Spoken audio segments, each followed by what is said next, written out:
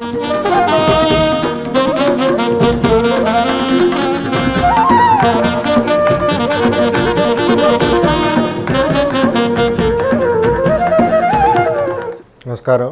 CCC నారదీయం ప్రత్యేక కదంబ కార్యక్రమానికి స్వాగతం.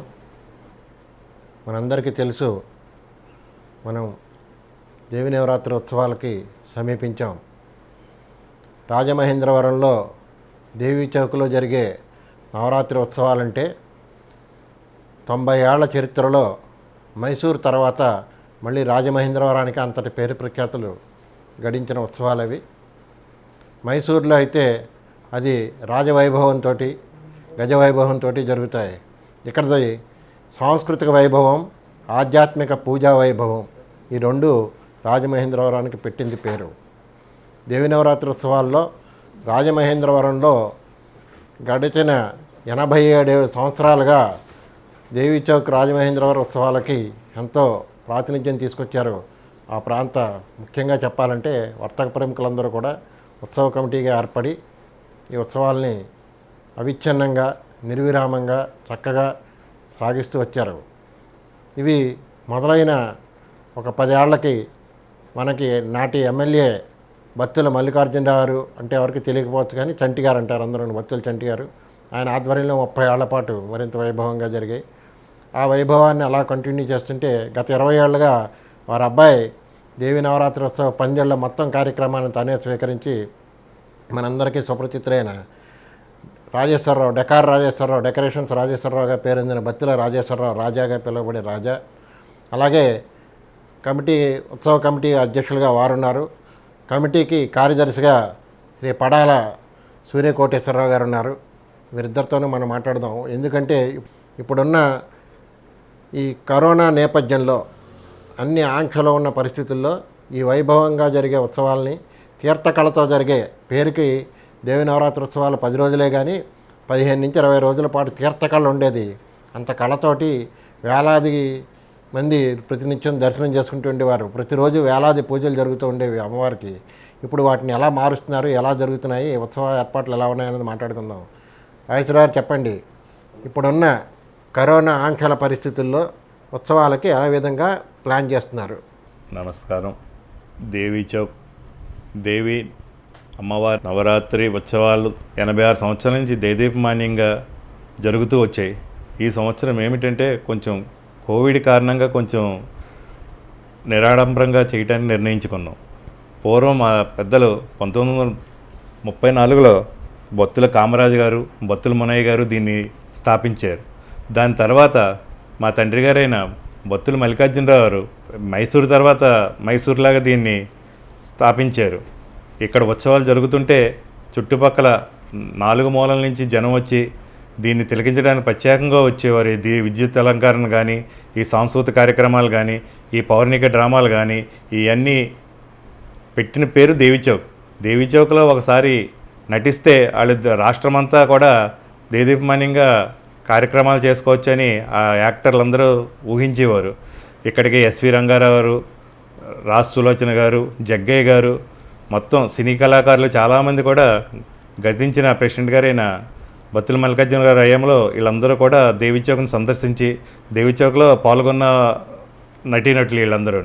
అలాగే పెద్ద పెద్ద నటులు, పౌరాణిక డ్రామాలు చేసేవాళ్ళు అందరూ కూడా చాలామంది ఇక్కడి నుంచి వెళ్ళిన వాళ్ళే. పూర్వం ఇక్కడ ఉత్సవాలు 4 రోజుల్లోని 4 స్టేజ్లు వేసి 4 ప్రోగ్రాలు జరుగుతూ ఉండేవి. ఎటు చూసినా ఒకవైపు ఎగ్జిబిషను, ఒకవైపు ఏమో పౌరాణిక నాటకాలు, ఒకవైపు ఏమో సాంస్కృతిక నాటకాలు, ఒకవైపు ఏమో మేళాలు తాళాలతో 4 వీధులు కలకలాడుతూ ఉండేవి. రాను రాను జనాభా పెరిగిపోవడం వల్ల అవన్నీ కుదించుకుంటూ రావాల్సి వచ్చింది. ఎగ్జిబిషన్లు ఇవన్నీ మానేసి ఓన్లీ ఉత్సవాలు చేయటం, రాత్రులు డ్రామాలు కండక్ట్ చేయడం వరకే జరుగుతుంది. ఈ 10 రోజులు మనం నవరాత్రి ఉత్సవాలు కలకలగా దీపాలంకరణతో చాలా ఇదిగా చేసుకునేవాళ్ళం నిరుడి వరకుని. ఈ సంవత్సరం ఏంటంటే ఈ కరోనా దృష్ట్యా మనం అంతంత ఆడంబరాలు చేయడానికి కుదరక ప్రభుత్వం పెట్టిన ఆంక్షలకి నిరాడంబరంగా అమ్మవారిని ఒకళ్ళనే నిలబెట్టి ఆవిడ దర్శన భాగ్యం ప్రజలకు కల్పించేలాగా ఈసారి కమిటీ నిర్ణయం తీసుకుంది. కుంకుమ పూజలు అవి కూడా మొత్తం ఈ సంవత్సరం ఏమీ లేకుండా నిరాడంబరంగానే చేయటకు నిర్ణయించుకున్నాం. ప్రతి ఒక్క భక్తుడు కూడా సామాజిక దూరం పాటిస్తూ మాస్కులు ధరిస్తూ మేము ఇచ్చే శానిటైజేషన్ ఇవన్నీ చేసుకుని ప్రతి ఒక్కరు కూడా మమ్మల్ని సహకరించి అమ్మవారిని దీవెనలు తీసుకోవాల్సిందిగా కోరుచున్నాం. ప్రభుత్వ అధికారులు చెప్పిన విధంగా ఏమైతే వాళ్ళు నిబంధనలు పాటించమని చెప్పారో ఆ నిబంధనలు పాటించడానికి మా కమిటీ కానీ మా ఉత్సవ కమిటీ కానీ తగు జాగ్రత్తలు తీసుకుంటుంది. సబ్ కలెక్టర్ గారు చెప్పినట్టు మేము దూరంగా మనుషుల్ని పెట్టి అసలు ఎక్కడ కూడా గ్యాదరింగ్ లేకుండా ఎక్కడ ఏ విధమైన గ్రూపులు లేకుండా అమ్మవారిని కింద నుంచి దర్శనం చేసుకుని వెళ్ళిపోవాల్సిందిగా కూడా భక్తులకు మా మనవి. నిత్య అలంకరణ ఉదయం 7 గంటలకి అఖండ హారతి, తర్వాత తదనంతరం భక్తులకి దర్శనం అమ్మవారు, మళ్ళీ సాయంత్రం 7 గంటలకి అఖండ హారతి, తదనంతరం దర్శనం. ముందరగా భక్తులు పాటించవలసింది ఏంటంటే మాస్కులు కంపల్సరీ ధరించుకుని దూరం పాటిస్తూ అమ్మవారిని దర్శనం చేసుకుని మీరందరూ మా సహకారం అందిస్తే మేమంతా మీ యందు ధన్యవాదాలు తెలుపుకుంటూ సెలవు తీసుకున్నాం. కోటేశ్వరరావు మీరేమంటారు చెప్పండి. రాజమండ్రి దేవీ ఉత్సవాలు 1934లో భక్తుల కామరాజు మునియ సోదరుల చేత స్థాపించబడి తరువాత భక్తుల మల్లికార్జునరావు ఎక్స్ఎమ్మెల్యే గారు చంటి గారి వారి కాలంలో అతి వైభవంగా స్టేట్ మొత్తం మీద కూడా పేరు ప్రఖ్యాతులతోటి తీసుకొచ్చేలాగా ఆయన ఆధ్వర్యంలో ఉత్సవాలు జరిగినాయండి. సాంస్కృతిక కార్యక్రమాలు అవనివ్వండి, లేకపోతే ఒక భజన కార్యక్రమాలు అవనివ్వండి, ఏదైనా కానీ ఆయన ఆధ్వర్యంలో చాలా ఆడంబరంగా చాలా చక్కగా జరిగేవి.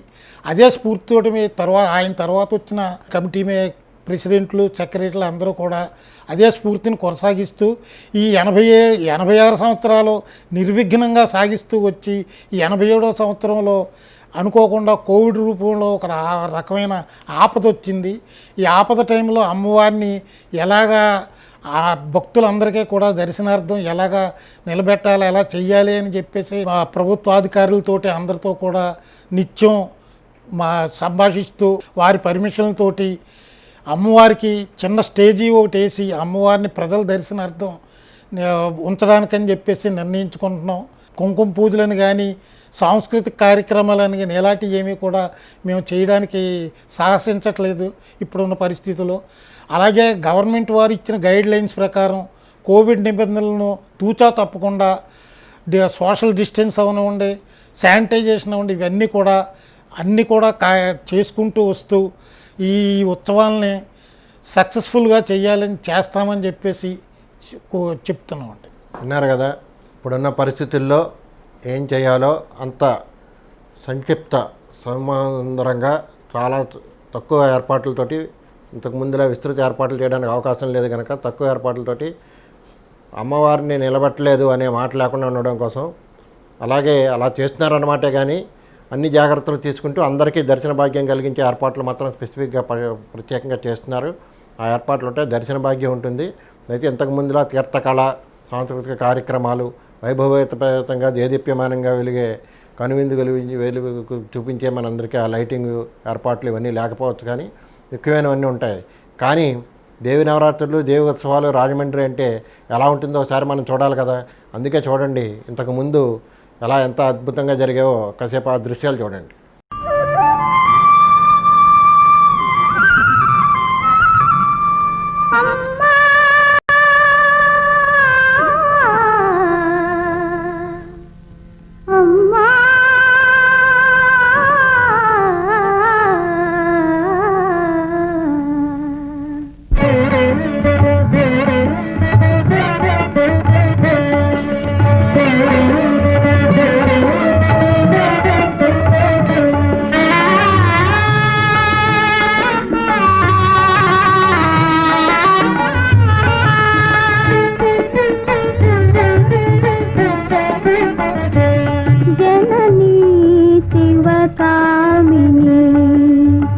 जय शुभकारिणी विजय रूपिणी जननी शिवकामिनी जय शुभकारिणी विजय रूपिणी जननी शिवकामिनी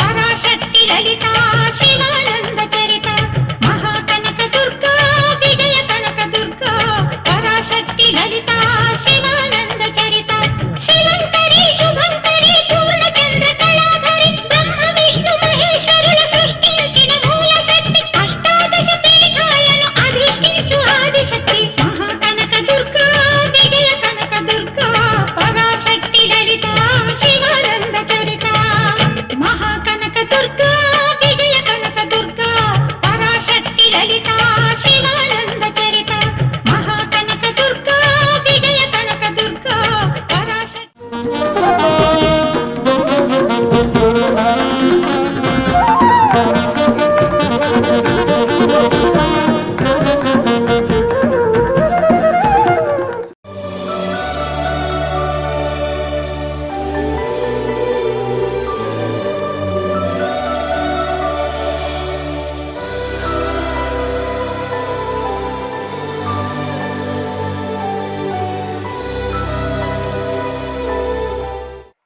నమస్కారం, మనసారామానికి స్వాగతం.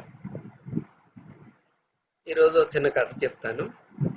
కథ నుంచి కొంత విశ్లేషణ చేస్తాను.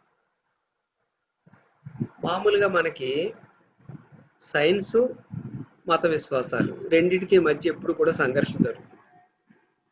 మత విశ్వాసాలు కొన్ని చెప్తాయి, మా వేదాల్లో ఇలా ఉంది, లేదా ఉపనిషత్తుల్లో అలా ఉంది, బైబిల్లో అలా ఉంది, ఖురాన్లో ఇలా ఉంది అని చెప్పేసి ఆ విశ్వాసాలు అలా.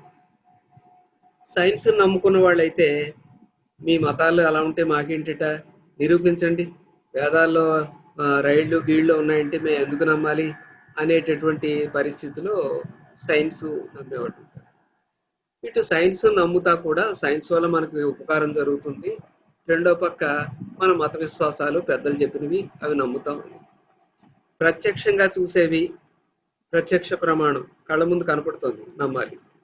అనుమాన ప్రమాణం, ఆడ పొగ ఉంది కాబట్టి బహుశా నిప్పు ఉండే ఉంటుంది, ఎందుకంటే సామాన్యంగా పొగన్న చోట నిప్పు ఉంటుంది కాబట్టి సరే ఓకే.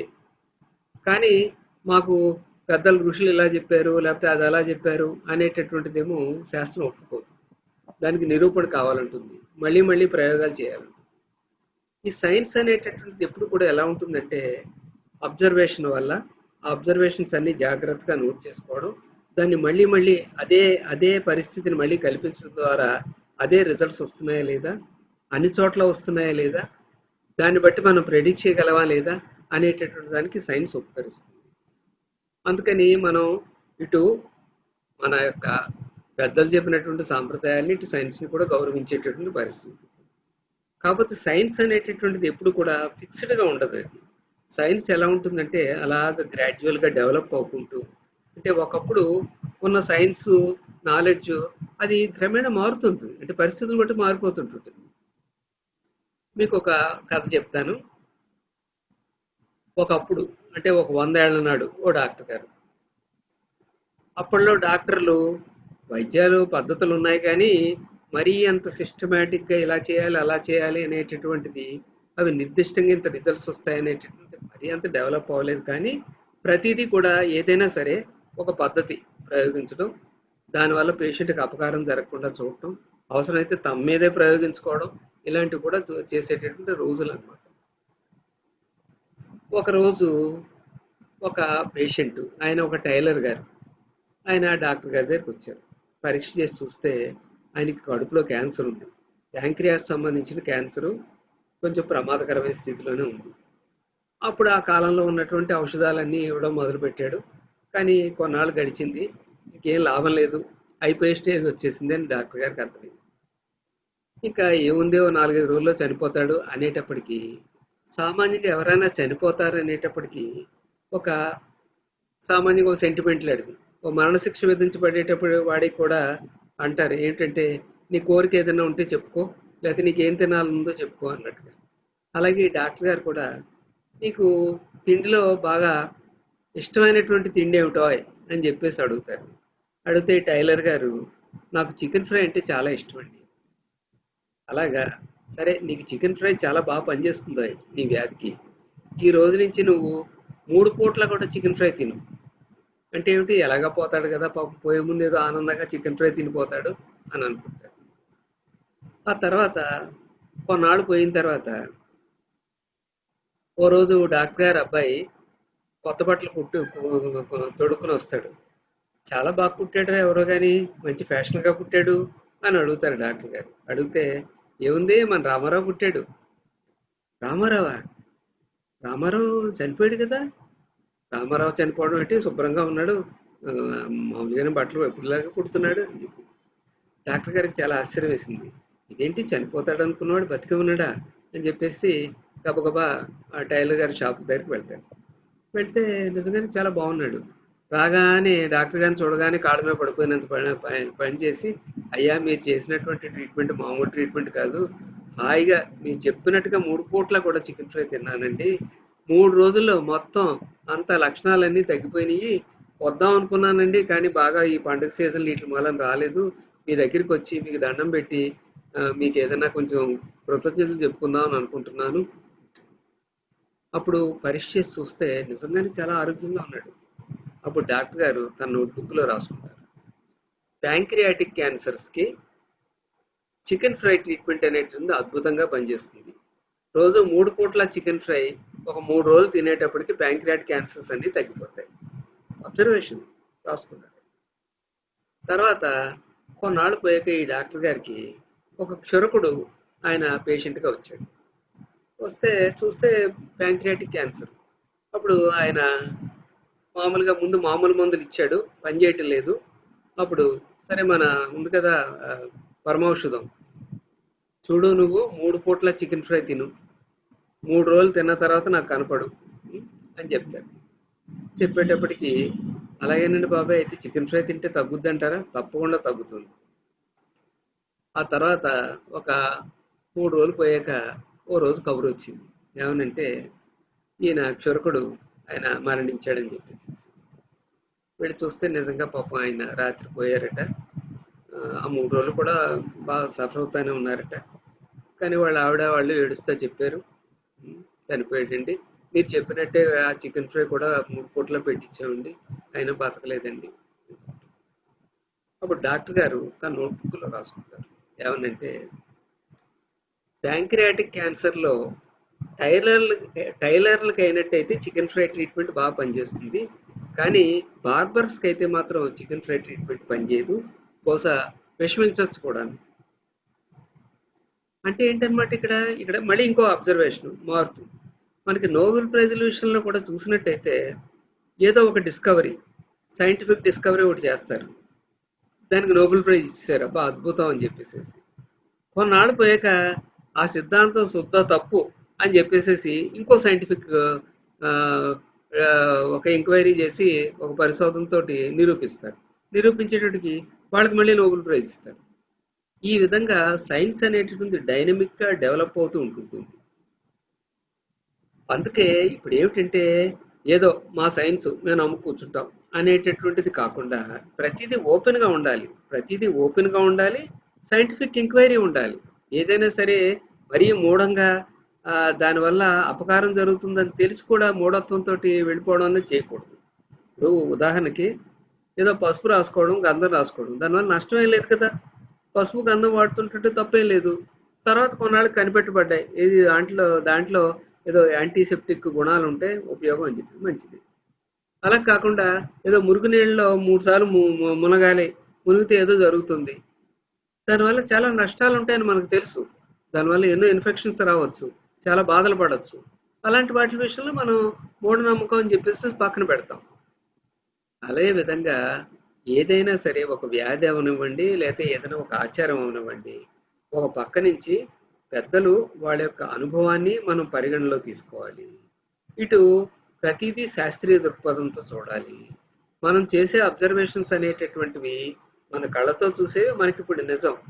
ఇవి మళ్ళీ ముందు ముందు ఇంకా ఇంకా ఇంకా డైనమిక్గా కొన్నాళ్ళకి అవన్నీ కూడా మార్పులు జరగచ్చు. కాలక్రమేణా మరింత అంటే 100 ఏళ్ల వాళ్ళకంటే 100 ఏళ్ల నాటి వాళ్ళకంటే మనం ఇప్పుడు తెలివైన వాళ్ళం. కొన్నాళ్ళు పోయాక వెనక్కి తిరిగి చూసుకుని ఇంకో 100 ఏళ్ల తర్వాత వాళ్ళు మనం చూసి నవ్వుకునేటువంటి పరిస్థితి ఉండొచ్చు, అప్పుడు ఆ కాలంలో ఇలా చేసేవారట అని. ఉదాహరణకి క్యాన్సర్లో కరోనాలు ఇలాంటివి ఉన్నాయనుకోండి, అప్పుడు కరోనా అంటే అంత భయపడిపోయేవారట, అప్పుడు ఏకంగా ఇంతమంది చచ్చిపోయేవారట. కరోనాకి ఆఫ్టర్ ఆల్ ఒక ఏదో ఒక పీల్పు పీలిస్తే చాలు కరోనా చచ్చూరుకుంటుంది, అసలు కరోనా ఏమిటి అసలు అనేటటువంటి పరిస్థితి ఎప్పుడో రావచ్చు. అందుకని ప్రతిదీ కూడా మనం ఓపెన్ మైండెడ్తో చూడాల్సిన అవసరం ఉంటుంది. అటు శాస్త్రీయ దృక్పథం, సనాతన సాంప్రదాయం రెండింటిని బ్యాలెన్స్ చేసుకుంటూ ఉండాల్సినటువంటి అవసరం ఉంటుందన్నమాట. మనసారాము మరో కార్యక్రమంలో కలుసుకుందాం. నమస్కారం.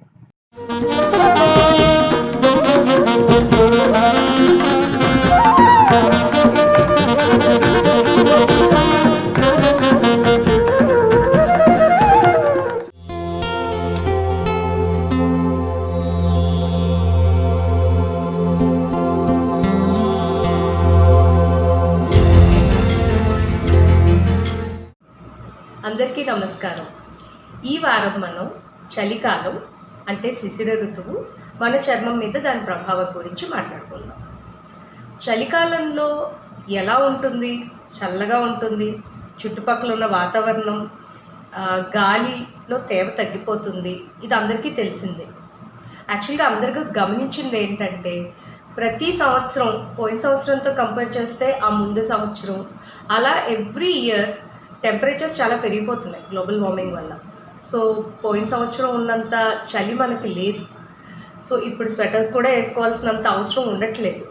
కానీ టెంపరేచర్ అన్నది ఎలా ఉన్నా కూడా గాలిలో హ్యూమిడిటీ అంటే తేమ అన్నది చాలా తక్కువగా ఉంటుంది చలికాలంలో. చర్మం అన్నది ఒక రక్షణ కవచం. మన బాడీలో అన్నింటికన్నా అతి పెద్ద ఆర్గన్ చర్మం. అందరూ లివర్ అనుకుంటారు, కానీ 4 kgs ఉంటుంది. అంటే యావరేజ్ అడల్ట్లో చర్మం మొత్తాన్ని బరువు చూస్తే 4 kgలు ఉంటుంది. అండ్ చర్మం అన్నది మన రక్షణ కవచం. బయట నుంచి ఎటువంటి ఇన్ఫెక్షన్స్ లోపలికి రాకుండా, మన బాడీలో ఉన్న ఫ్లూయిడ్స్ అంటే తేమ బయటికి వెళ్ళిపోకుండా, అలాంటివి తర్వాత బ్యాక్టీరియాకి, వైరస్కి, వాటన్నిటికీ అగెన్స్ట్కి ఒక ప్రొటెక్షన్ లాగా అన్ని రకాలుగా పనిచేస్తుంది. అందరి చర్మంలో ఉన్న గ్లాండ్స్ ఉంటాయి, అవి ఆయిల్ గ్లాండ్స్ అన్నమాట. సో ఆ గ్లాండ్స్ ఒక న్యాచురల్ ఆయిల్ని ప్రొడ్యూస్ చేస్తాయి. ఆ న్యాచురల్ ఆయిల్ వల్ల ఏమవుతుందంటే స్కిన్ మీద ఒక యాసిడ్ మ్యాంటల్ అంటారు, ఒకలాంటి లేయర్ ఫామ్ అవుతుంది. అది ప్రొటెక్టివ్ లేయర్. సో పైన బ్యాక్టీరియా కానీ, ఫంగస్ కానీ, వైరస్ కానీ గ్రో అవ్వకుండా, పెరగకుండా ఆపుతుందన్నమాట. చలికాలంలో ఏమైపోతుందంటే, బయట ఉన్న టెంపరేచర్ ప్రకారం చలికి తగ్గుతున్న హ్యూమిడిటీ వల్ల చలికాలంలో మన చర్మం తయారు చేసే నూనె లేదా ఆయిల్ అన్నది తగ్గిపోతుంది. అదొకటే కాకుండా ఆల్రెడీ అది ప్రొడ్యూస్ చేస్తున్నది కూడా సరిపోదన్నమాట. అందుకని మనం పైనుంచి మాయిశ్చరైజేషన్ అన్నది చేసుకోవాలి. మాయిశ్చరైజర్స్ చాలా ఇంపార్టెంట్. ఇది మాయిశ్చరైజేషన్ అన్నది ఏమి వెస్ట్రన్ కాన్సెప్ట్ కాదు, అంటే కొత్తగా ఇప్పుడు వచ్చిన కాన్సెప్ట్ ఏమీ కాదు. మీకు అందరికీ తెలిసే ఉంటుంది, మీ తాతమ్మలు, నానమ్మలు, అమ్మమ్మలు ఆ టైం దగ్గర నుంచి అందరూ స్నానం ముందు ఖచ్చితంగా నూనె పెట్టుకొని ఆ తర్వాతే స్నానం చేసేవారు. ఇప్పుడు కొందరికి తెలిసి కూడా పని ఒత్తిడి వల్ల, లేకపోతే ఇప్పుడున్న ఉరుకు పరుగుల లైఫ్ స్టైల్ వల్ల, లేదా తెలియకో మాయిశ్చరైజేషన్ అన్నది అందరూ పాటించట్లేదు. సో బాగా చర్మం పొడిగా ఉన్న వాళ్ళే రెగ్యులర్గా ఆయిల్ పెట్టుకోవడం, మాయిశ్చరైజేషన్ అన్నది చేసుకుంటారు. కానీ మోస్ట్ ఇంపార్టెంట్ తెలుసుకోవాల్సింది ఏంటంటే, మనకి చలికాలంలో స్నానం తర్వాత ఆయిల్ లేదా మాయిశ్చరైజర్ పెట్టుకోవడమే కాకుండా ఫస్ట్ అండ్ ఫార్మోస్ట్ ఏంటంటే నీళ్ళల్లో ఎక్కువసేపు నానకూడదు. స్నానం అన్నది 5 minutes కన్నా ఎక్కువగా వాటర్లో ఎక్కువసేపు నానిపోయి ఉండకూడదు అనమాట. షవర్ కింద అయినా, బాత్ టబ్లో అయినా, ఎలాగైనా కూడా చర్మం ఎక్కువసేపు నానకూడదు. So 5 minutes is the maximum time. ఆ తర్వాత గోరువెచ్చటి నీళ్ళు వాడుకోవడమే మంచిది. అతి టెంపరేచర్స్, ఎక్స్ట్రీమ్ టెంపరేచర్స్, బాగా హాట్ వాటర్ లేదా కోల్డ్ వాటర్ కూడా వాడడం అంత మంచిది కాదు. స్నానం అయిపోయిన వెంటనే బయటకు వచ్చిన తర్వాత టవల్తో ప్యాడ్ డ్రై చేసుకోవాలి. టవల్ వేసేసుకొని గట్టిగా రుద్దేసుకోవడం కాకుండా జస్ట్ ప్యాడ్ చేసుకుంటూ డ్రై చేసి తడి పొడి మీదే 3 నిమిషాల లోపలే ఒళ్ళంతా మాయిశ్చరైజేషన్ పెట్టుకోవాలి. అప్పుడు ఏమవుతుందంటే మన స్కిన్ అది చేయాల్సిన రక్షణ కవచం పనులు సరిగ్గా చేస్తుందన్నమాట. ఇంకోటి చాలామంది గమనించేది ఏంటంటే చలికాలంలో కొన్ని రకాల స్కిన్ డిజీజెస్ చాలా ఎక్కువ అవుతాయి. లైక్ ఏస్టియోటిక్ ఎగ్జిమా అంటాము. సో పేషెంట్సే చెప్తారు, వింటర్ వచ్చేసరికి, చలికాలం వచ్చేసరికి మాకు స్టార్ట్ అయిపోతుందండి, మళ్ళీ ఎండాకాలంలో ఉండట్లేదు అనేసి. తర్వాత సోరియాసిస్, ఇలాంటివి చాలా రకాల స్కిన్ కండిషన్స్ ఉంటాయి, ఏవైతే చలికాలంలో పెరుగుతాయి అన్నమాట. చాలా వరకు ఏం చేస్తారంటే అందరూ ఆ కండిషన్ వచ్చినప్పుడు లేకపోతే ఎక్కువైనప్పుడే మందులు వాడుకోవడం, మిగిలిన టైంలో తగ్గిపోయింది కదా అని వదిలేయడం చేస్తూ ఉంటారు. కానీ స్కిన్ మాయిశ్చరైజేషన్ అన్నది, అంటే ఒంటికి లోషన్ అయినా, ఆయింట్మెంట్ అయినా, క్రీమ్ అయినా మన స్కిన్కి తగినట్టు మాయిశ్చరైజర్స్ రెగ్యులర్గా వాడుకుంటే మనకి ఇతర మెడికేషన్ వాడాల్సిన అవసరం కూడా చాలా వరకు తగ్గిపోతుంది. తర్వాత మోస్ట్ ఇంపార్టెంట్ అందరూ గుర్తుపెట్టుకోవాల్సింది ఏంటంటే మాయిశ్చరైజర్స్ ఏవైనా కూడా పారాబెన్ ఫ్రీ ఉండాలి, నాన్ కొమెడోజెనిక్ ఉండాలి. అంటే అది పెట్టుకుంటే ఆయిల్ గ్లాండ్స్ క్లాగ్ అయిపోయి పింపుల్స్ ఎక్కువ ఫామ్ అవ్వకుండా ఉంటాయన్నమాట. సో ఫేస్కి, ముఖానికి వాడే మాయిశ్చరైజర్స్ మాత్రం డెఫినెట్లీ నాన్ కొమెడోజెనిక్ ఉండాలి. తర్వాత మంచి వాసన, మంచి కలర్ ఉన్నవన్నీ కూడా చర్మానికి అసలు చాలా హానికరం. So bland moisturisers are always good. So ఏదైనా కూడా కాస్మెటికలీ ఉండేది మాయిశ్చరైజర్స్ చూడ్డానికి చాలా అపీలింగ్గా ఉంటాయి, చూడ్డానికి మంచి కలరు, మంచి స్మెల్ ఉంటాయి, కానీ వీటి వల్ల కొన్నిసార్లు అలర్జీస్ ఎక్కువ అవ్వచ్చు. సో మెడికేటెడ్ మాయిశ్చరైజర్స్ వాడడం వల్ల ఎప్పటికైనా మనకి మంచిదే. Thank you.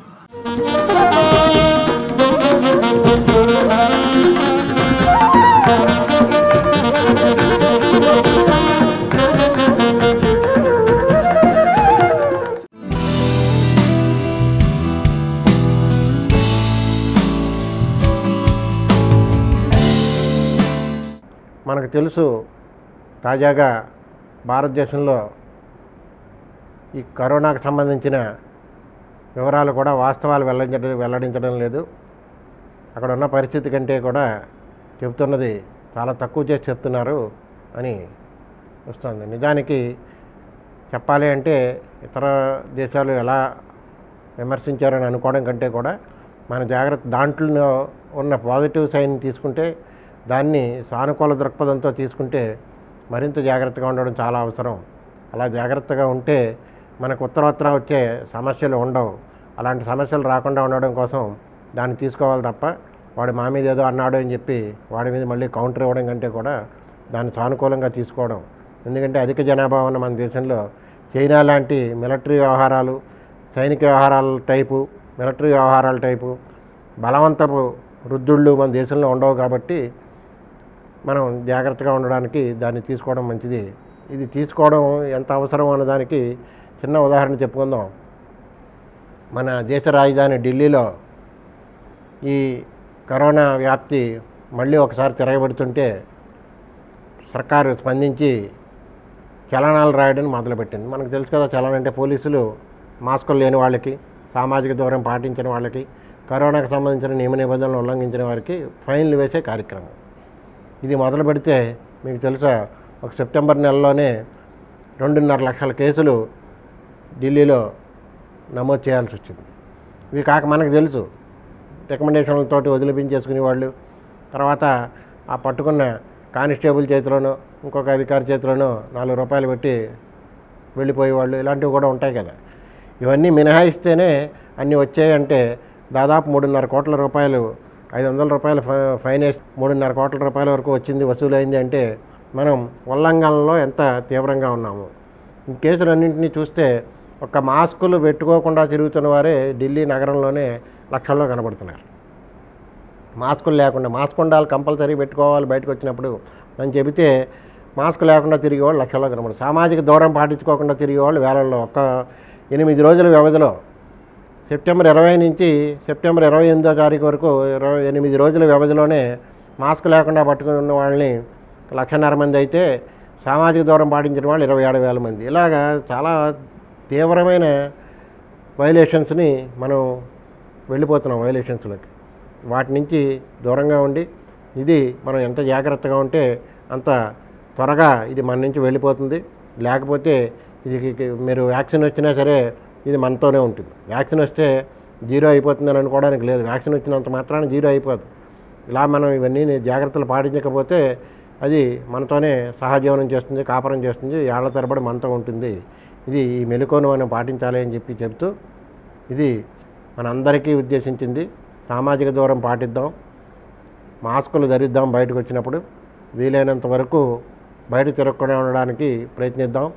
మందల్లోకి, సమూహాల్లోకి, గ్రూపుల్లోకి వెళ్లకుండా వీలైనంత వరకు ఐసోలేటెడ్ ఏరియాస్లో ఉండడానికి ఎక్కువ ప్రయత్నం చేస్తే మనని చాలా తక్కువ సమయంలో ఇది వెళ్తుంది అని తెలుసుకుందాం.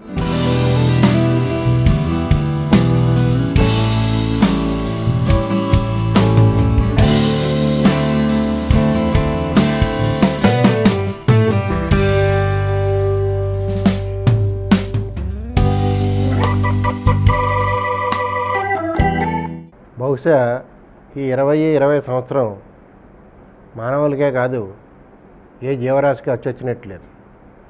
ఎక్కడ చూసినా మరణాలే కనిపిస్తున్నాయి. మనం కరోనా పేరు చెప్పి చూస్తున్నాం, లక్షల్లో మరణాలు ప్రపంచవ్యాప్తంగా మనకు కనిపిస్తుంటే, ఇది కోటికి సమీపంలోకి వెళ్ళిపోతుంటే, మరో పక్కన మనం చూస్తున్న ఆ మధ్య సముద్రం ఒడ్డున ఎక్కడ చూసినా తిమింగలాలు, చిన్న తిమింగలాలు, అలాగే మన అందరూ చాలా విశేషంగా జనాన్ని ఆకర్షించే డాల్ఫిన్స్, ఇవన్నీ వందల్లో వేలల్లో కొట్టుకొచ్చేయడం, చచ్చిపోవడం ఇది మనం చూస్తున్నాం. అలాగే కొన్ని చోట్ల సామూహికంగా పక్షులు చచ్చిపోవడం చూస్తున్నాం. కొన్ని చోట్ల అవి చచ్చిపోయాయో చంపేశారో తెలియదు కానీ గబ్బిలాల వల్ల ఇది వస్తుందని చెప్పి కొన్ని దేశాల్లో గబ్బిలాలను చంపేయడం, అయితే గబ్బిలాలకి పొగబెట్టడం, గబ్బిలాలు చచ్చిపోవడం, ఇది ప్రకృతిలో ఇవన్నీ కూడా భాగం. ఇవన్నీ ఉంటేనే ప్రకృతి, మానవాళి, మనందరం.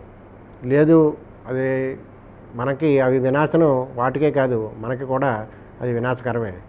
ఇవాళ తాజాగా ఏంటంటే పరిస్థితి, జింబాబ్వేలో అంతుపట్టని వ్యాధితోటి ఏనుగులు డజన్ల కొద్దీ చచ్చిపోతున్నాయి. ఈ మధ్య కాలంలోనే మళ్ళీ నిన్న కాక మొన్న అంకి తీస్తే 80 ఏనుగులు చచ్చిపోయాయి. వ్యాధి ఏంటో తెలియదు, అంటుపట్టని వ్యాధి. హాయిగా సుఖంగా ఏనుగు అన్నది చాలా ప్రకృతి సమతౌల్యానికే కాకుండా చాలా అందరికీ కూడా చాలా మెచ్చి అందరూ మెచ్చుకునే చాలా ప్రయోజనకరమైన జంతువు. అది భారీ జంతువు, శాకాహారి అన్నింటికి మించి. అటువంటిది ఏనుగు వల్ల ఇంకో ప్రాణికి నష్టం లేదు, దానంతటా ఇంకో ప్రాణిని చంపదు. అటువంటి ఏనుగులు కూడా జింబాబ్వేలో ఇప్పుడు చచ్చిపోతున్నాయి, అంతుపట్టని వ్యాధి. ఈ అంతుపట్టని వ్యాధులతోటి ఈ 2020 అంతమవుతోంది. దగ్గరికి మనం వస్తున్నాం, 2020 క్లోజింగ్ పీరియడ్కి వెళ్తున్నాం. ఇది ఇంకెంతమందిని బలిగొంటుందో వేచి చూడాలి.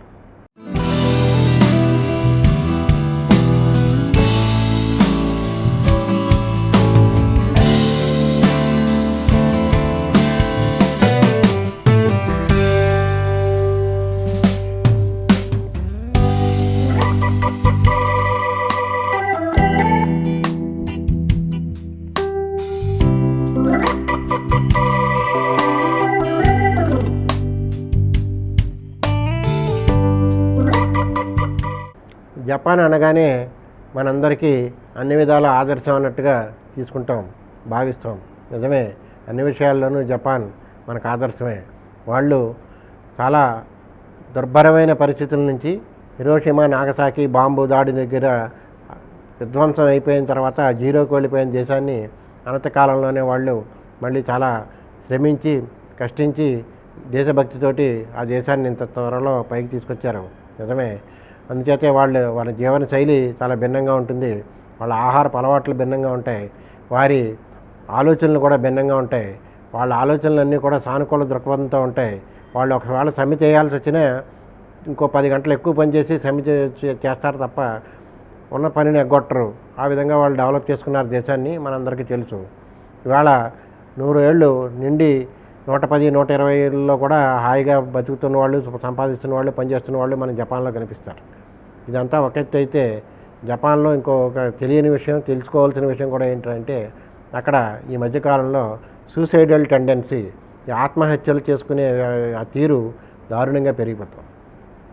జపాన్లో ఆత్మహత్యల అంటే నిజమే. జపాన్లో ఈవేళ ఎలాంటి పరిస్థితి అంటే, యుక్త వయసు వారి దగ్గర నుంచి వృద్ధుల వరకు కూడా ప్రతి వాళ్ళు కూడా సూసైడల్ టెండెన్సీకి పెడుతున్నారు. ముఖ్యంగా యుక్త వయసులో ఉన్న వాళ్ళు మరింత ఎక్కువగా పెడుతున్నారు. ఇదంతా గత ఏడాదికి ఈ ఏడాదికి జపాన్ పోలీస్ ఏజెన్సీ, అంటే మన పోలీసు డిపార్ట్మెంట్ని అక్కడ జపాన్ పోలీస్ ఏజెన్సీ అంటారు, జపాన్ నేషనల్ పోలీస్ ఏజెన్సీ వాళ్ళు ఇచ్చిన వివరాల ప్రకారం చూస్తే గత ఏడాదికి ఈ ఏడాదికి 15% పెరుగుదల ఉంది ఈ ఆత్మహత్యల్లో. ఎందుకు పెరిగిపోతున్నాయి ఈ ఆత్మహత్యలు అనేది పరిశోధనలు జరుగుతున్నాయి, అధ్యయనాలు జరుగుతున్నాయి, అన్నీ జరుగుతున్నాయి. కానీ ఒక కారణం అయితే ఏం చెప్తున్నారంటే ఎక్కువ ఒత్తిడి ఫీల్ అవుతున్నారు, ఏదో చెయ్యాలి, ఏదో సాధించాలి అనే ఒత్తిడి ఫీల్ అవుతున్నారు. అది నేను సాధించలేకపోతున్నాను, ఈ దేశానికి ఏం చేయలేకపోతున్నానని పోయేవాళ్ళు కొంతమంది అయితే, నేను పనికిరాని ఇంకా అనుకుని పోయేవాళ్ళు కొంతమంది అయితే, ఇక నలుగురిలోకి వచ్చి పెద్ద పేరు ప్రఖ్యాతులు గడించి ఎందుకో చిన్న చిన్న అల్ప కారణాలతోనే ప్రాణాలను తీసుకుంటున్నవాడు కొంతమంది ఉంటున్నారు. ఇలాంటి వాళ్ళలో ఈ మధ్యకాలంలో సెలబ్రిటీలు కూడా ఈ కోవలోకి వచ్చేసారు. ఈ మధ్యకాలంలోనే ఒక 5-6 సెలబ్రిటీలు ఒకేసారి కొద్ది వ్యవధిలో, వారం వ్యవధిలో జపాన్లో ఈ సూసైడల్కి వెళ్ళారు. ఈ సూసైడ్స్ చేసుకుంటుంటే ఏమిటి కారణం అని చూస్తే వెనకాల పెద్దగా కారణాలు ఏం కనిపించట్లేదు. కానీ ఒత్తిడికి వాళ్ళు బానిసలైపోతున్నారు. ఆ ఒత్తిడికి తట్టుకోలేక వాళ్ళు ఆ ఒత్తిడి నుంచి విముక్తికి ఉరే సరే అనుకుంటున్నారు. ఇది కాదు అని జపాన్లో ఒక ప్రచారం కూడా ప్రారంభించారు. ఇలా సెలబ్రిటీల వాళ్ళలో ఇలాంటి దారుణానికి ఒడిగట్టిన వారి గురించి చూద్దాం. ఇప్పుడు చూడండి, ఈ సెలబ్రిటీలు అని చెప్పుకున్నాం కదండి, ఇందులో ఒక 26 ఏళ్ల యువతి యుకో టమాచి మంచి నటి, మంచి పేరు తెచ్చుకుంది. అనతి కాలంలోనే చాలా చక్కటి యాక్టర్గా పేరు తెచ్చుకుంది. ఎందుకో చిన్న కారణంతో ఆ అమ్మాయి మొన్న సూసైడ్ చేసుకుంది. ఇక పోనీ ఈ అమ్మాయిలు చిన్నవాళ్ళు యువతులు ఇలా ఉన్నారని అనుకుంటే, ఇగో ఈయన చూడండి, 80 ఏళ్ల పెద్ద ఆయన, ఈయన పేరు టకాషి ఉజుకి. ఈయన కూడా మంచి నటుడు. ఈయన నేను వయసు పెరిగిపోతుంది, ఇక నటించలేనేమో, నా నట సామర్థ్యం తగ్గిపోతుంది అని అనుకుని సూసైడ్ చేసుకున్నాడు.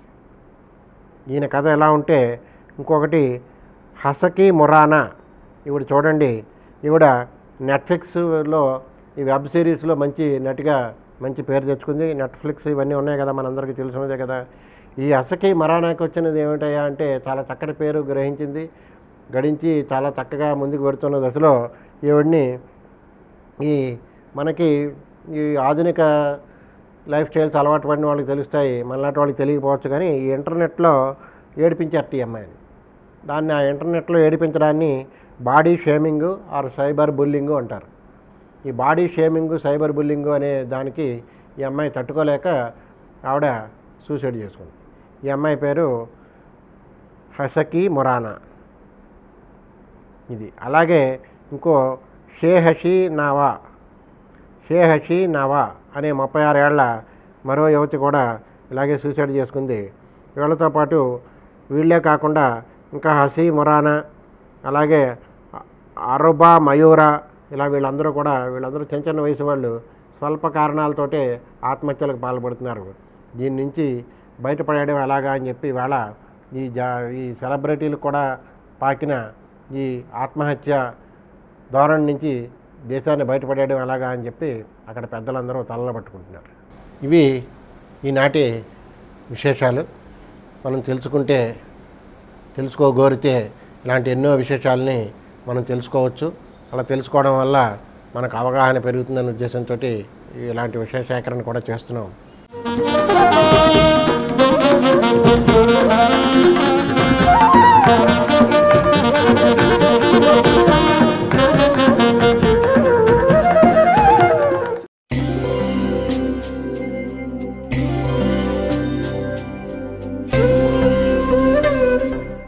ఇక అమ్మవారు ప్రాశస్యం, దేవీ ఉత్సవాలు ప్రాశస్యం, అసలు దుర్గాదేవి శరన్నవరాత్రుల ప్రాశస్యం, ఈ వివరాలు తెలుసుకుందాం. మనకి జ్యోతిష వాస్తు పండితులు, సిసిసి ప్రేక్షకులకు సుపరిచితులైన శ్రీ పల్లెల సత్యనారాయణ గారి ద్వారా. ఓం నమో శ్రీ లక్ష్మీ వెంకటేశ్వర శ్రీ మహాగణాధిపతయే నమః. సర్వమంగళ మాంగళ్యే శివే సర్వార్థ సాధికే శరణ్యే త్ర్యంబకే దేవి నారాయణి నమోస్తుతే. ఈ శరన్నవరాత్రులు శరదృతువు అన్నమాట. అమ్మవారికి చాలా ప్రీతైనటువంటి రోజులు ఈ శరన్నవరాత్రులు. శరదృతు వచ్చిందంటే చాలు అమ్మవారికి ఎంతో ఆనందం అట. ఈ యొక్క అమ్మవారి యొక్క ఉద్భవం, ఎందుకంటే ఇదంతా కూడా మార్కండేయ పురాణంలో చెప్తారు. మార్కండేయ పురాణంలో ఈ అమ్మవారు ఏ విధంగా ఉద్భవించింది, ఎందుకోసం ఉద్భవించింది, ఆ ఉద్భవించిన తర్వాత ఆమె ఏమన్నది అన్నది విషయమే చెప్పబడింది మార్కండేయ పురాణం. ఇంచేతంటే ఎక్కడైతే పాపం పెరిగిపోతూ ఉంటుందో, పాపం అంటే ఏంటి? అకృత్యాలు. అకృత్యాలు అంటే ఎవరు చేస్తారు? రాక్షసులు చేస్తూ ఉంటారు. అంటే ఏమంటే రాక్షసులు అంటే వేరే ఎక్కడి నుంచి వస్తారా? రారు. ప్రతి మనిషిలో రాక్షసత్వం ఉంటుంది, దైవత్వం ఉంటుంది. ఎవడో రాక్షసులు అంటే మన సినిమాల్లో చూపించినట్లుగా ఏదో వేషం వేసుకుని రారండి. ఈ మానవులే రాక్షసులు. అకృత్య అంటే చేయదగిన పనులు చేసేవాళ్ళని దేవతలు అంటారు. అంటే పుణ్యమూర్తులు, గొప్పవాళ్ళు. అంటే 10 మందికి ఉపకారం చేసేవాళ్ళు అందరూ వీళ్ళంతా కూడా. అంటే ఆధ్యాత్మికమైన చింతన కలిగి ఉండడం, మానవ సమాజాన్ని అంటే మనం చేసి అంతసేపు నేను తిన్నానా, నేను పడుకున్నానా, నేను చేశానా అన్నది కాదు. నువ్వు లోకానికి ఏం చేసావు? నీ శరీరం ద్వారా నువ్వు ఏం చేసావయ్యా? ఎంతసేపు నీ బీరువాలో డబ్బులు పోగేసుకున్నాను, నేను ధనాన్ని పోగేసుకున్నాను అంటే అది మానవత్వం కాదు. నువ్వు సంపాదించే దాంట్లో మానవుడు అంటే దైవకృత్యం. అంటే దేవతలు అంటే ఎవరిని అంటారు? నువ్వు రూపాయి సంపాదించాలి, తప్పదు. ఎంచేత ప్రతి ఒక్క వ్యక్తి ఆర్జన అనేది తప్పదు. రాజుకు కూడా ఆర్జన ఉంటుంది. మానవుడు రూపాయి సంపాదిస్తే ₹10 తిను, పావలా దాచుకో. ఓ పావలా 10 మందికి ఉపయోగపడేటట్టు చెయ్యి. అది ఆ పావలా దాచుకోమని ఎందుకు చెప్పారు? భవిష్యత్తు నీకు కావాలి కాబట్టి. మళ్ళీ నువ్వు ఎక్కడికి అప్పులకు వెళ్ళలేవు కదా. మళ్ళీ నీకు సహాయం చేసేవాడు ఎవడు ఉంటాడు? ₹500 తెచ్చుకునేవాడు కూడా ఇలాగే చేయాలి, 50,000 తెచ్చుకునేవాడు కూడా ఇదే క్రమం. రాజైనా అంతే. గవర్నమెంట్ దగ్గర డబ్బు వచ్చిందనుకోండి, మొత్తం గవర్నమెంట్కి డబ్బు ఖర్చు పెట్టేస్తే భవిష్యత్తు గవర్నమెంట్కి అలాగ డబ్బు. ఇలా ప్రతిదానికి ఒక వ్యవస్థ అనేది మనుధర్మశాస్త్రం చెప్పింది. మానవుడు ఎలా ఉండాలో చెప్పింది. దీన్నే రాజులు మనకు చెప్పారు. ఇదే దేవుడు. రాముడు దేవుడు ఎలా అయ్యాడు? కృష్ణుడు దేవుడు ఎలా అయ్యాడంటే దుష్టులు శిక్షించాడు కాబట్టి. దుష్టులు అంటే ఎవరు? చేయకూడని పనులు చేసేవాళ్ళంతా రాక్షసులే. మానవుల్లోనూ రాక్షసులు ఉంటారు, మానవుల్లోనూ దేవతలు ఉంటారు. ఇప్పుడు మానవులు మన పనులు మనల్ని చేస్తూ ఉంటే ఈ రాక్షసులు ఏం చేస్తూ ఉంటారు? మనల్ని పీడిస్తూ ఉంటారు కదా. అంచేత రాక్షసులను సంహరించడానికి భగవంతుడు ఉద్భవిస్తూనే ఉంటాడు. ఈ రాక్షసుల ద్వారా పాపం పెరిగిపోతూ ఉంటుంది. ఈ పాపాన్ని తొలగించడానికి అమ్మవారు అవతారాలు ఎత్తుతారు. ఆ విష్ణుమూర్తి ఇలా దేవతలందరూ ఒక్కొక్క అవతారం ఎత్తి ఈ రాక్షస సంహారం అనేది జరుగుతూ ఉంటుంది. మార్కండేయ పురాణంలో చెప్తారు. అమ్మవారు ఎలా ఉద్భవించింది అంటే, అమ్మవారు అంటే ఎక్కడి నుంచో కాదండి, దేవతల యొక్క వాళ్ళ యొక్క తేజస్సు నుంచి ఒక తేజోపుంజం బయటకు వచ్చింది. అత్యద్భుతమైనటువంటి తేజస్సుతో ఆమె ఎప్పుడైతే ఉద్భవించిందో, ఇంద్రుడు వజ్రాయుధాన్ని ఇచ్చాడు, ఆ పరమేశ్వరుడు త్రిశూలాన్ని ఇచ్చాడు. అందరూ కూడా వారి వారి ఆయుధాలని, ఆ విష్ణుమూర్తి చక్రాన్ని ఇచ్చాడు. ఇలా అమ్మవారికి సమస్తమైన ఆయుధాలు, ఆ సింహవాహిని రాక్షసులందరినీ, రక్తబీజుడు లాంటి వాళ్ళని సంహరించింది. రక్తబీజుడు అంటే ఎప్పుడో విన్నారో లేదో మరి మీకు తెలియదు, చాలామంది వినే ఉంటారు. ఆయన ఓ బాణం ఇచ్చి సంహరించామనుకోండి, ఆయన శరీరంలోంచి రక్తం 10 బిందువులు కారిందనుకోండి, 10 మంది రాక్షసులు మళ్ళీ ఉద్భవిస్తూ ఉంటారు. అటువంటి వరాలు పొందారు. మరి రాక్షసులు ఎలా అవుతారు? మద గర్వం, డబ్బుందని అహంకారం, నన్ను ఎవడు ఏమి చేయలేడనేటువంటి అహంకారం. ఇలాగా రాక్షస రూపం, రాక్షసులు మాత్సర్యాది గుణాలతో ప్రజ్వలిల్లిపోతూ ఉంటారు. ఇది భూలోకంలోని అన్ని లోకాల్లో. అంచేత ఇటువంటి రాక్షసులు దుష్టులు, అటువంటి దుష్టుల జోలికి మనం పోకూడదు. వాళ్ళ మీద పడ్డామనుకోండి, మన కళ్ళు వాళ్ళ కళ్ళు మనమే పడ్డాయనుకోండి, మనమే భస్మం అవుతాం. దుష్టులు వాళ్ళకి అంటే వాళ్ళు చేసేటువంటి అకృత్యాలకి అంతం అనేది ఉండదు. అటువంటి దుష్టుల యొక్క బారి నుండి మనం తప్పించుకోవడానికి, లేదా వాళ్ళ దృష్టి మన మీద పడకుండా ఉండడానికి, అటువంటి వాళ్ళని సంహరించడానికి అమ్మవారు ఉద్భవిస్తూ ఉంటారు.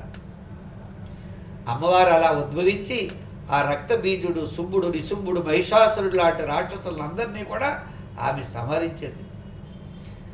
సంహరించిన తర్వాత ఆమె దేవతలకు ఒక మాట అందండి, ఏ మానవులైతే శరన్నవరాత్రుల్లో నాకు ప్రీతికరమైనటువంటి శరన్నవరాత్రుల్లో నన్ను ఆరాధిస్తారో, నన్ను కొలుస్తారో, వారి కష్టాలన్నీ కూడా అగ్నిలో పడిన దూది వలె నేను భస్మం చేస్తాను అని ఆమె మనకు ఒక వరాన్ని ఇచ్చింది. ఆమె దుష్టులను సంహరించడమే కాకుండా ఏ లోకంలో అయినా సరే, దేవలోకంలో అని, మనుష్యలోకంలో అని, పాతాళలోకం అని, సమస్త లోకాల్లో ఎవరైతే నన్ను ఈ శరన్నవరాత్రుల్లో పూజిస్తారో, మన సంవత్సరం అంతా చేయలేము, కనీసం శరన్నవరాత్రులు అమ్మవారిని ఆరాధిస్తే మనం చేసినటువంటి పాపాలు తొలగిపోవడమే కాకుండా మనకి దుష్టుల యొక్క బాధలు కూడా తగ్గుతాయి అన్నారు. దుష్టులంటే ఎలా వస్తాయి ఈ పాపాలు? ఈ పాపం యొక్క అనుభవం ఎలా ఉంటుంది? రోగ రూపంలో ఉంటుంది. కొంతమందికి అంటే డబ్బు ఉంటుంది, పుత్రులు ఉంటారు, అన్నీ ఉంటారు, రోగాలు తినడానికి యోగ్యం అవుతుంది. అటువంటి రోగాలను ఆమె తొలగిస్తుంది. శత్రు బాధలు ఎక్కువ ఉంటాయి కొంతమందికి, వాడి దుష్టులు శత్రు రూపంలో మనల్ని బాధిస్తూ ఉంటారు, ఆ బాధలు తగ్గుతాయి. పుత్ర రూపంలో ఉంటాయండి శత్రువులు. శత్రువులు అంటే ఎక్కడో ఉండరు, మన చుట్టూ ఉన్నటువంటి వాళ్ళే శత్రువులుగా ఉంటారు. ఎక్కడో ఎవడో ఏదో ఊళ్ళో హైదరాబాద్ వాడు మన శత్రువు ఎందుకు అవుతాడంటే వాడికి మనకి పరిచయం లేదు కదా. మన చుట్టుపక్కల ఉన్నవాడే ఉంటారు శత్రువులు. మన అంతఃశత్రువులు ఉంటారు, బాహ్య శత్రువులు ఉంటారు. అంతఃశత్రువులు ఏంటి?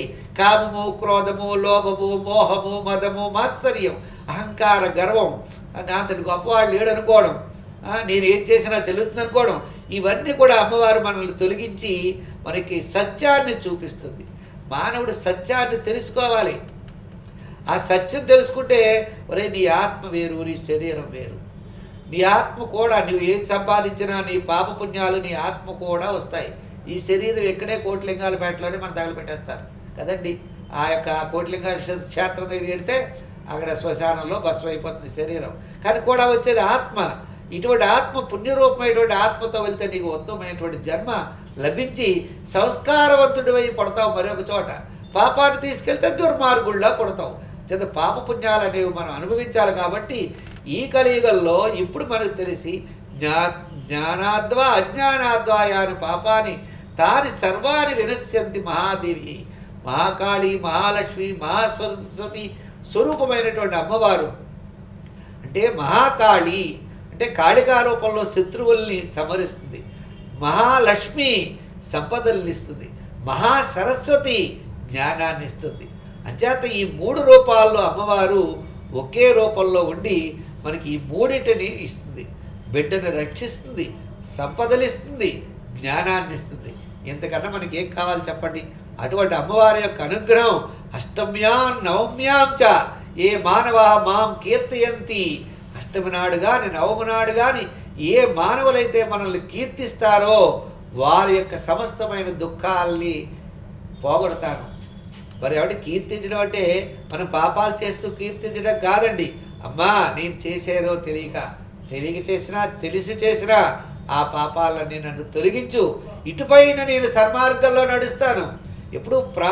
ఎప్పుడు కూడా మనం చేసినటువంటి పాపాలు ఇప్పుడు ఏమంటాడంటే అమ్మవారిని పూజించి 9 రోజులు 11వ రోజు నుంచి పాపం మళ్ళా ప్రారంభం చేస్తే ఉపయోగం ఏమిటి చెప్పండి?